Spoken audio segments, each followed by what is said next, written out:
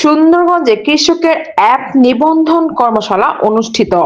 গাইবান্ধা প্রতিনিধি জয়ন্ত সাহা যতনের পাঠানো প্রতিবেদনে বিস্তারিত।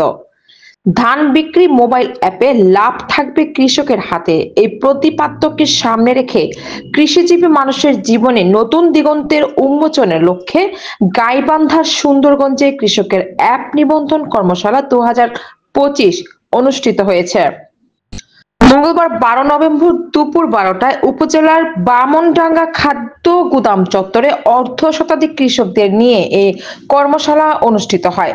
আয়োজিত কর্মশালায় MFCP প্রজেক্টের ফিল্ড অফিসার ও জেলা টিম অফিসার মেহেদী হাসান আলভির সভাপতিত্বে এতে প্রধান অতিথির বক্তব্য রাখেন উপজেলা খাদ্য নিয়ন্ত্রক স্বপন কুমার দে।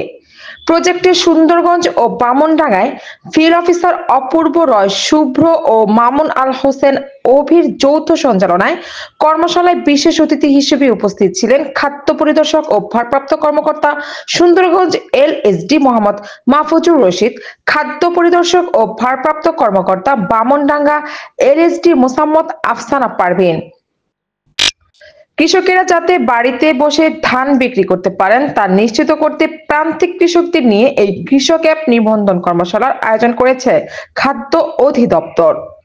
কর্মশালায় জানানো হয়, কৃষকের অ্যাপটি মূলত স্মার্টফোনে ব্যবহার উপযোগী একটি অ্যাপ। এটি ধান সহ বিভিন্ন খাদ্যশস্য সংগ্রহ ব্যবস্থাপনার ডিজিটাল সিস্টেমের একটি গুরুত্বপূর্ণ উপাদান, যেটি শুধু কৃষকরা ব্যবহার করবেন। এতে প্রযুক্তির কল্যাণ এখন কৃষকের কল্যাণে যুক্ত হয়ে কৃষিজীবী মানুষের জীবনে এক নতুন দিগন্তের উন্মোচন ঘটবে। কৃষকের অ্যাপ ব্যবহারের নিয়মাবলী, তথ্য হালনাগাদ পদ্ধতি এবং সরকারি বিভিন্ন খাদ্য কর্মসূচিতে কৃষকের অংশগ্রহণ বৃদ্ধির কৌশল তুলে ধরা হয়।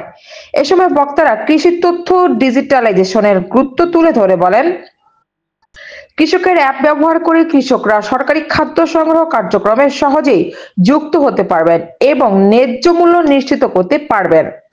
কর্মশালায় বামনডাঙ্গা ইউনিয়নের বিভিন্ন এলাকার কৃষক, কৃষানী ও গণ্যমান্য ব্যক্তিবর্গ উপস্থিত ছিলেন। আপনাকে যাতে হ্যারাস আপনি না হন সেই জন্য আপনি ধানটা শুকানোর পরে 1 কেজি পরিমাণ একটা ধান নিয়ে এসে ওসিলিটি দেখালেন যে ধানটা দেখেন হইল কিনা।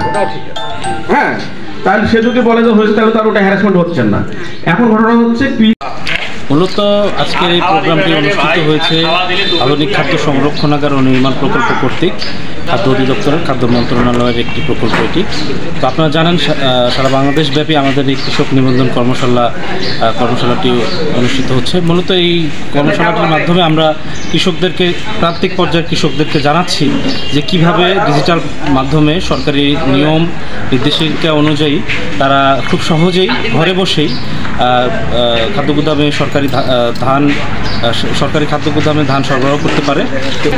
আমরা শিখলাম যে কৃষকের অ্যাপসের মাধ্যমে খুব সহজে খাদ্য গুদামে ধান বিক্রয় করতে পারবো এবং NID দিয়ে নিবন্ধন করতে পারবো এবং ব্যাংকের মাধ্যমে টাকাটা উত্তোলন করতে পারবো। কৃষকের অ্যাপ নিবন্ধন কর্মশালায় 2025 আজকে আমরা শিখলাম গোডাউনে ধান দিতে হবে ময়েশ্চার মনে করেন যে 14 এর উপরে হলে নেবে না, এবং মনে করেন যে এখানে আমরা নিবন্ধন করব NID কার্ডের মাধ্যমে। এবং আমরা অ্যাপের যে প্রসিডিউরগুলো আছে সেগুলো ফলো করে আপনারা এই কৃষকের অ্যাপ রেজিস্ট্রেশন করতে পারেন। আপনারা যদি আমাদের সাহায্য চান, আমাদের ফিল্ড অফিসার ভাইরা আছেন, তাদের সাহায্য নিয়ে আপনারা এই কৃষকের